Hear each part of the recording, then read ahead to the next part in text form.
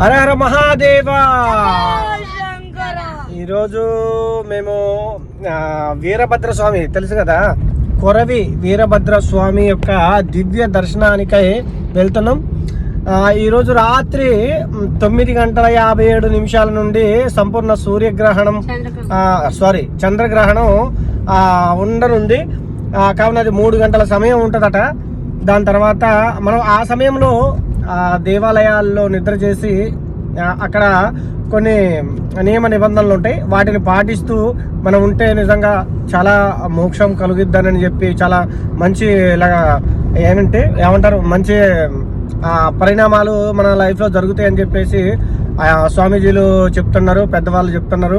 కాబట్టి ఈసారి ఎలా అయినా దేవాలయంలో కొరవి వీరభద్ర స్వామి యొక్క టెంపుల్లో నిద్ర చేయాలన్న ఉద్దేశంతో మా ఫ్యామిలీతో కలిసి మేము ఆడికి ఈరోజు బయలుదేరి వెళ్తున్నాం.